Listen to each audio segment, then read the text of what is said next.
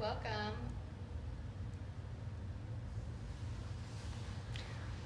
Welcome to the second video in the Bowspring series, the beginner introductory series. So welcome to those who are watching now and to those who will watch later. I hope you enjoy this. What we are going to talk about today, hey Alicia, is the elemental forms of the bowspring. So last week I talked about the shape of the body, the double S curve that makes the bowspring posture. And that's the basics of the postural template. This week we're going to get into some more details. We're going to talk about the elemental forms, which is what the appendages do, your arms and legs do, and the bowspring posture. So this is important because the elemental forms are like the alphabet of the bowspring. So once you learn these forms or symbols, then you can put together a language, and you can make your own language, and you can make your own bowspring moves as long as you apply these little pieces. So if you're joining us just now, welcome. We're getting started on the video about the bowspring elemental forms. So this video is not really going to be much of a workout per se. We're going to get really deep into the nitty-gritty of the basic forms of the appendages of our arms, legs, and hands and feet in the bowspring. And so the bowspring emphasizes very specific movements in the hands and feet and legs. Because why? Because of we're trying to find a fundamental, all-around, equalized tone of the whole body. And we found the best way to do this is to activate the palms of the hands and the soles of the feet. And doing this, we could send equal tone through our whole legs and our whole arms and power up our body in any movement that we do. So what happens as a result is that we're more sensitive to things. So we're aware more of our surroundings. We're aware of things that might be dangerous or things that might be beneficial. We take in more about our injuries. We learn from our injuries instead of making them worse. We have more of a connection to the world around us with this developed sensitivity. And we increase full body strength through equal myofascial engagement. So without further ado, I'm going to go through the basic fundamental forms of bowspring, and we call these the elemental forms. I'm not going to go through all of them, but I'm going to go through the main ones that you'll hear most often. And knowing these is going to give you the vocabulary to hop into a bowspring class and know what to do when I say earth feet, hero foot, square leg. You're going to know what that means. And you can start to build your own poses with these elemental forms. So we'll start talking about feet and legs, so our roots. So I'll come to a standing position, and you can try this along as well. It's kneeling to standing, so hips back, knees forward, energetically pressing knees away from each other, just like last week. And belly's long, eyes are up. Step forward, and come up with a long belly. So I purposely set up the camera so that you can see my feet and my legs really good here. So the foot in the bowspring position, we'll start with something called earth foot. And the earth foot is just how I have it now. So the foot is soft on the top. I'm not pulling the toes back any. The toes, they curl softly down. They're bent, but they're not hyperextended either. They're not squishing down and turning or bending at any joint. So toes fall softly down. The top part of the foot is soft, and the heels drag back. It's actually really quite toning to dig your foot energetically into the earth and then pull the heel back it activates the whole posterior chain of the leg. Earth foot. So you can do earth foot while you're standing. You could also take earth foot in the air. So notice when I lifted that up, I didn't drop the toe like that. That's low tone. I kept that top of my foot lifted, kept the bottom of my foot. There's a doming in the sole of my foot, and we call that a hollow. Earth foot in the air. So all of these put together make up the language of the bowspring. I'm going to put that down now. So when I put it down, very specific movements here. The toe pads touch down first. I'm going to go in slow motion. Toe pads touch down first. Toes curl, and then the paw of my foot sits down, digs in, and drags back as I land lightly on the heels, so lightly the heels land in this bowspring practice. Okay? So you'll notice my leg here is not locked. So my knees are not hyperextending out behind. I've got a slightly bent knee, and this is called a wave leg. So a wave leg has a hollow or a pocket behind the knee. This allows for the spring, which we label this movement style for, bowspring. So we can spring when we have that bend there, that bounce. I've also still am maintaining the cupping in the paw of my foot. Body weight in the paw of the foot. The paws are cupping into that earth foot. And my leg is in a wave leg. It's not bent a lot. This is called bent leg. It's in a wave leg. And you can take wave leg out to the side when you're standing, one leg wave, or when you're kneeling on the ground, wave leg. Next form with the leg is square leg. So a square leg is basically a 90-degree bend at the knee. And you can take square leg in front of you, or you can take square leg behind you. Notice I kept earth foot. Also, some people call it hero foot. So I didn't point the toe. I'm not crunching it up. It's soft on the top. I've got a 90-degree bend of the leg, square leg. All right? The next the next elemental form is open leg. So an open leg is basically a square leg, so 90-degree bend at the knee, but it's opening to the side. And I'll do that from a different angle so you all can see me. I'll do it on the other foot. So very intentional movements here. I start out earth feet. Soften the top of the foot, soften the toes. Lean to my left foot, and then I'm going to dig, drag to lift up the right. If you don't remember dig, drag, go back to last week's video.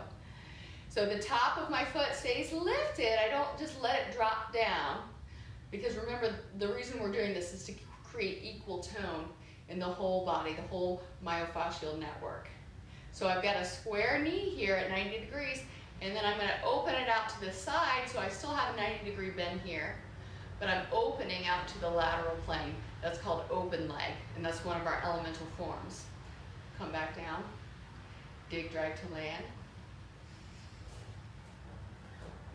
And if you're watching now, please stay with me. We'll have question and answer at the end, and in between we will too. All right, so we're in earth legs, earth feet right now, and I'll teach you hovering heel. So since our body weight is in the paw of our foot and the toes, it's easy to lift the heels to this pose we call hovering heel. So the heel is lifted oh so slightly, just about a half an inch to an inch high.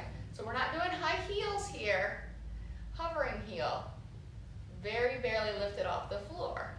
But there's a stability, a steadiness, because we're still trying to maintain the doming in the paw. Hovering heel allows us to do some swiveling movement on our feet. Swivel foot. So we'll use this in the standing and some floor poses too. So let's just do it one leg at a time. So we're in the right leg. Hover heel, right leg. And then swivel heel in. Swivel heel back. And then we'll do it to the left to make it equal. Swivel heel out. Swivel heel in. Swivel heel back. And then we Now careful, the tendency here, the number one tendency is for people to lift up their toes and then swivel the heel. Bad. We want to keep all 5 toes connected, pressing down equally as we swivel slowly. Now that takes training. Some people say, oh, I can't do bowspring because I got no flexibility. I can't do bowspring because I don't have the strength. I'll say, you know what? If you can keep your 10 fucking toes down when you spin your foot, then you can do bowspring. Try that out, man. Try it out. It's powerful. This is gonna, your toes down is gonna change your knee. It's gonna change your hip. It's gonna heal your life. Quote me on that.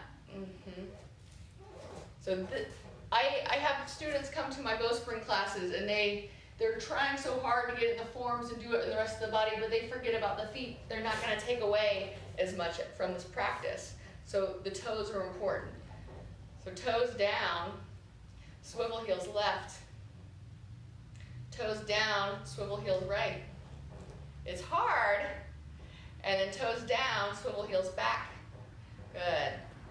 All right, so that's the basics. The most you'll see in the feet and the legs while standing. All right, so now we're gonna get down on the floor and do a little bit more feet and legs. So here's a fun one to get on the floor. I've got, starting with earth feet.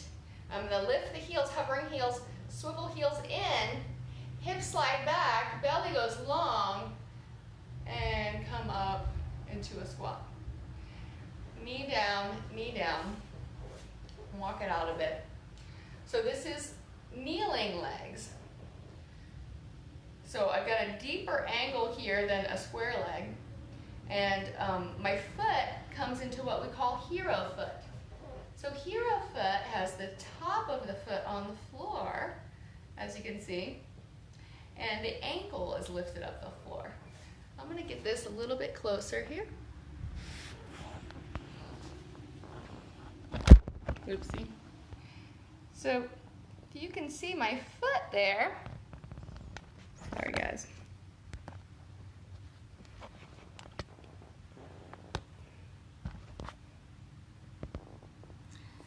Yes, so there is quite a cupping going on here.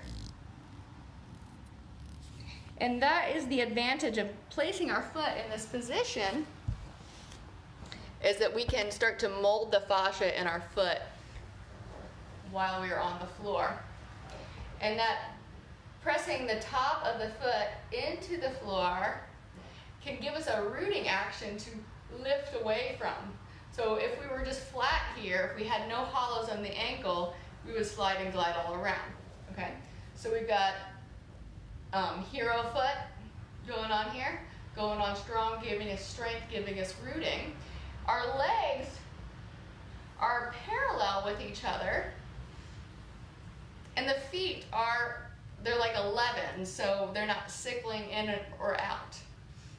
Okay, so we've got this low kneeling. There's also high kneeling, so there's less of a angle here in the knee, but it's not, we didn't go to 90 degrees still. We've got the hollow in the ankle, the hips back, the knees resisting away from each other.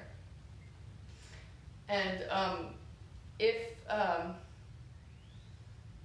I can get a block, there's also a position. Sorry, I meant to get it earlier. Because kneeling could be restrictive for some people. We use blocks. So we put the blocks in between the feet. Feet are still heroed, and we can sit down on the blocks, sitting our pubic bone back, lifting our tailbone up so our belly gets nice and long. So the legs here can still remain active. That's the reason we do these elemental forms. That's the reason we get so specific, is because we want everything to be equally toning at the same time. And having our legs in this very specific algorithm enables that. So there's space between the ankles and the floor. The tops of the feet are pushing into the floor and the heels are pulling back. See? It's pretty fun. Okay, from here, we can get a little more complicated. So we can do something called crouching foot. So crouching foot has the toes tucked under, so it's not as beneficial as hero foot because we get a lot of this action in our life already, but it makes it, some of the poses more accessible, especially when you're beginning, and also it makes a very important pose in the Bowspring practice, crouching cat, possible, in which we go from hero foot to crouching foot. So tucking the toes under, lifting up. So crouching foot has the paw of the foot down and all 10 toes pressing equally into the floor. So if you're practicing along, you can give this a little whirl. Hips are up, hips press away from rib cage. So I can put like a ball on my back, I just put a mark on my back and it's not gonna fall off because my rib cage is stretching far away from my hips. I'm pressing into the paws of my feet, staying active, lifting the heels back to tone the backside of the leg. So Bowspring's cool because you get more bang for your buck in every movement that you do. So we're not leaving anything out anytime, hopefully. All right, let's get into the hands and the arms, or the wings. All right, I'm gonna get a little bit closer here to share this with you. So one big hand position in the Bowspring is called seed hands. And I'm gonna show you seed hands. You bring the thumb mound and the pinky mound together and create this little cave right here. And then you bring your thumb to this second joint of the index finger. So thumb presses softly there. And then the fingers, they form a cascade down. So it's quite different from a fist. Fist is more flat on the top, but the seed hand, I'm squeezing the palms together, fingers cascade down, the hand narrows, it's like a pine cone. So why do we do this? Because when we squeeze the palm like that, we tone the bicep and the tricep at the same time, so we're finding equal tone all the way up our arm and into our back too. Like I said earlier, more bang for your buck. Also important to know here is that the top of the hand stays as soft as possible, and the fingers are actually soft too. So this was one of the hardest things for me to grasp when I first started Bowspring, because I still have trouble with it too. I wanted to white knuckle it. I wanted to smash my fingers down and squeeze them oh so tight, and that's not what we're looking for either. So there I'm getting like the palm tone and maybe a little bit of arm tone too, but I'm losing the sensitivity of my digits, which is equally important. So Bowspring's not about muscling through it either. It's about equal tone and as little tone as you need. So I could form the seed hand, stay soft with the fingers, but still get the tone in the arm. Okay, another thing to know about the seed hand is the hollows in the wrist. So there's a hollow under the wrist, so there's a slight bend there, and then there's a hollow on the inside too. So a seed hand has your hollows of the wrist, so no hyperextending. Seed hands, beautiful. So when you seed hand, you will have beautiful arms. So seed hand all day long. It's fun, it's lovely. Seed hand through your life. You'll have beautiful arms, and it'll take nothing. You won't even have to work at it. It will just happen automatically.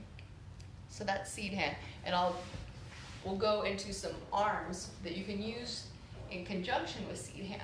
So these are some arms that we do a lot in class. So this is earth arms. So the seeds are pointing towards the earth, and the arms are in the forward plane. So notice they're not, modern postural yoga would have my arms by my side, but Bowspring has the arms in front of us, which is good. And from forward, they're not straight, like parallel lines, they're opening up to a V. Earth arms. Next, is horizon arms. So just like it sounds, they lift up to the horizon. The back of the heart is opening up. The seeds are pressing far away. Horizon arm. So we can tilt it side to side. So if you're starting to notice, this is an alphabet. We can build a language with all these poses we put together, these elemental forms. Next step is V vector arms. So that just takes it a step higher, lifting up, pushing the seeds away, rounding the upper back. This is a powerful position. It changes your mood, your body, your mind. Okay, so that's seed hands, and now we'll go on to dome hands. Dome hand is used in a lot of Bowspring poses, and it's really, really beautiful and particular as well. So the dome hand is just how it sounds. The hand makes a dome, and every single joint of the hand is bent. So I'm talking about you too, thumb joint. So I see a lot of people try dome hand, but they still have that hyperextension in the last joint of the thumb, and I'm saying, turn it on. Why not? Equal tone the whole myofascial network, which starts at the tips of the fingers. So this equal tone is going to send it all the way up your arm. So dome hand enables us to do certain poses with our hands doming position. So it enables us to reach, to claw, to get more reach and claw and movement and accessibility. So there's dome hand. When dome hand touches anything, the fingernails touch first. Fingernails touch first, not the fingerprints, the fingernails. Another thing to know about dome hand is it's not weight bearing. So if I'm doing a pose on the floor and I'm taking a dome hand, I'm not gonna press down and use it to hold me up. The dome hand is like a soft claw. It's just touches. It's there for sensitivity. Okay, so this is one of my favorites. We can take two domes and make a globe. I love the feeling of globe hands. So like I said, fingernails touch first, then the fingertips touch. You can press into the dome, still just like seed hands. The fingers are still soft, and the palms are squeezing, toning the arms. I feel really full and present and connected to the earth when I make a globe. And you can also do globe hands with a friend. In fact, we'll do that together now. Squeeze your pinky and thumb mound together, soften your fingers, and touch your fingertips to mine.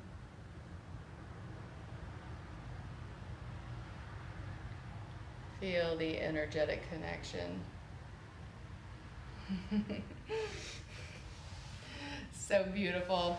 All right.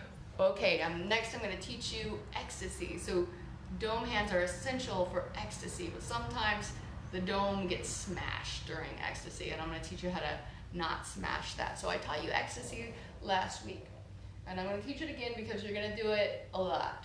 It's going to come up a lot. So you start with two domes, and you can reach them forward like you're gonna put something through your hair. Elbows forward. Except we're doing domes. So let's do ecstasy. Two domes, sweep forward, soft fingers, hollows in the palms. The thumbs are going to come to above the ear. The palms are hollow. We're touching the head with the fingertip, not the fingerprint. In so doing, we're toning the arms. Elbows press forward. Head tilts back. Pulse. So dome hands on the head. It's called what? It's called Ecstasy Pose. Your new favorite arm position. Just kidding. But seriously though, you get used to it. Okay? Next is spring hand. Spring hand used to be called bright hand, but they changed it because it was a little bit confusing. So now it's even more confusing because it's got two names. So I try to call it spring hand as much as I can, but sometimes break, slips up. So spring hand, I like to teach this with markers because it's so important. So many people have carpal tunnel and they tell me, I can't do yoga because my wrist hurts. I'm like, you can, it's baby steps, but you can do it. So I care so much that I'm gonna write on my hand for this, for the purpose of this. So spring hand is anytime our hand is flat on the earth, it's going to be flat on the earth in a very specific way. So the areas of strength, I'm gonna color with the black, which are the pinky mound and the thumb mound. Now those areas are gonna squeeze together and still cause this hollow in the palm. That area is an area of extreme contact with the earth or the wall or whatever we're putting it on when we're doing spring hand. So keep that, the area of black pressing down, that's an area of strength. That strengthens your whole body. Next, with the brown marker that it's not working very well, we'll go to green.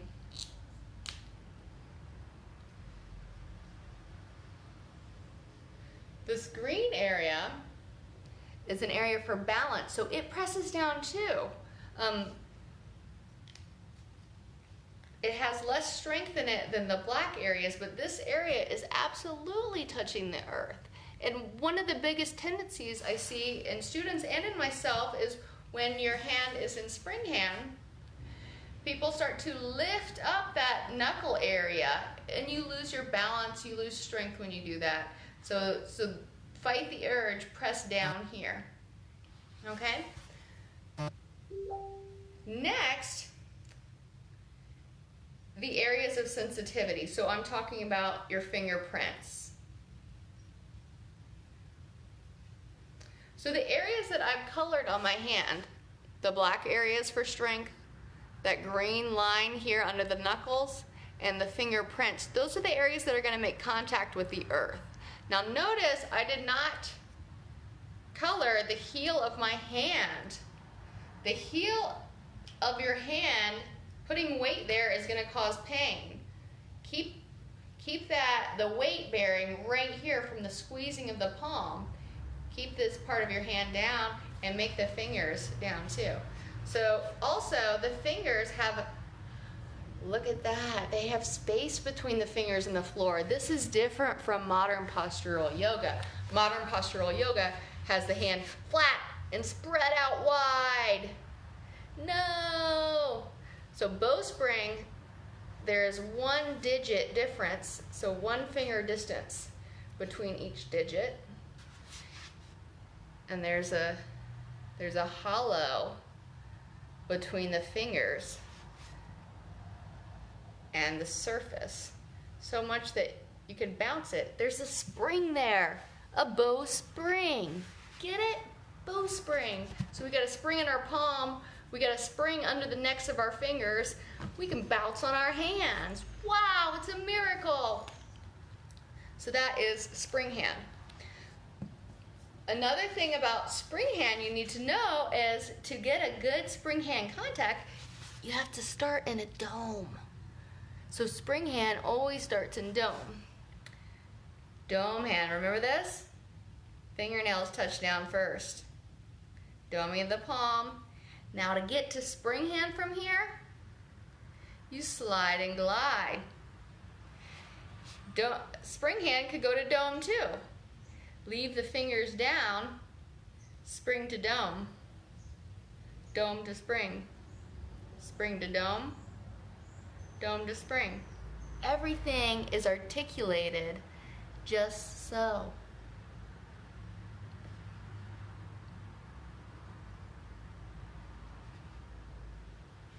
So keeping this contact is going to keep tonal engagement.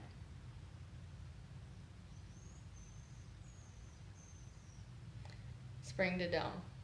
Okay, well, moving on here.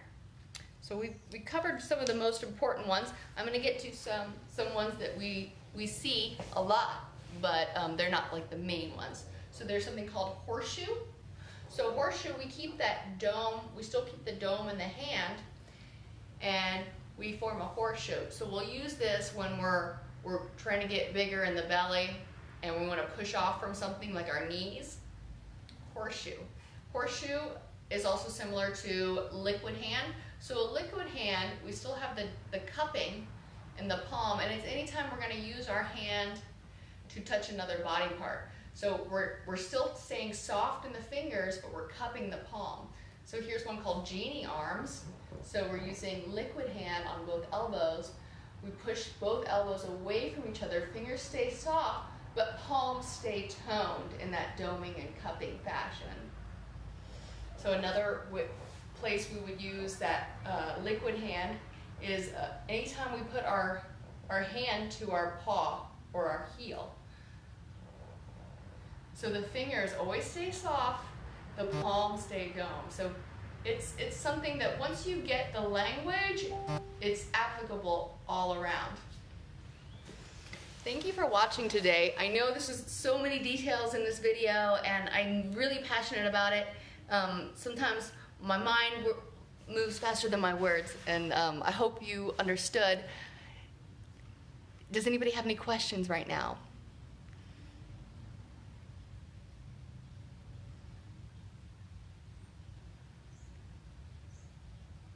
Okay, no questions right now, but I'm so glad you guys watched, and I want to hear more questions after this. If anything didn't make sense to you, send me a message, and I would love to chat about it. Lonnie says no question. Thank you for watching, Lonnie. So glad that you were able to stick through and hopefully get something out of this. And I will see you all next week, where we're going to put together what we learned the last 2 weeks, and we'll do a flow.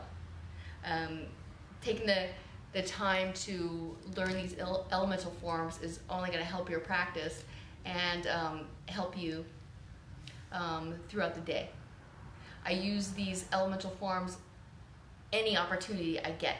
So I'll use for example, liquid hand on the steering wheel. So in the past, this is how I would hold a steering wheel. White knuckles, just so tight fingers. But now, I squeeze the palms, have soft fingers, so soft that they actually move. And my arms are toning. So instead of my fingers taking all the grunt and getting arthritis from that, I'm gonna tone my whole arm all the way up to my shoulder, and I'm gonna get pretty arms and no arthritis. So why not? Pretty arms and no arthritis. That's what I'm gonna do instead. All right, thanks for stopping by. Let me know if you have any questions. Bye-bye.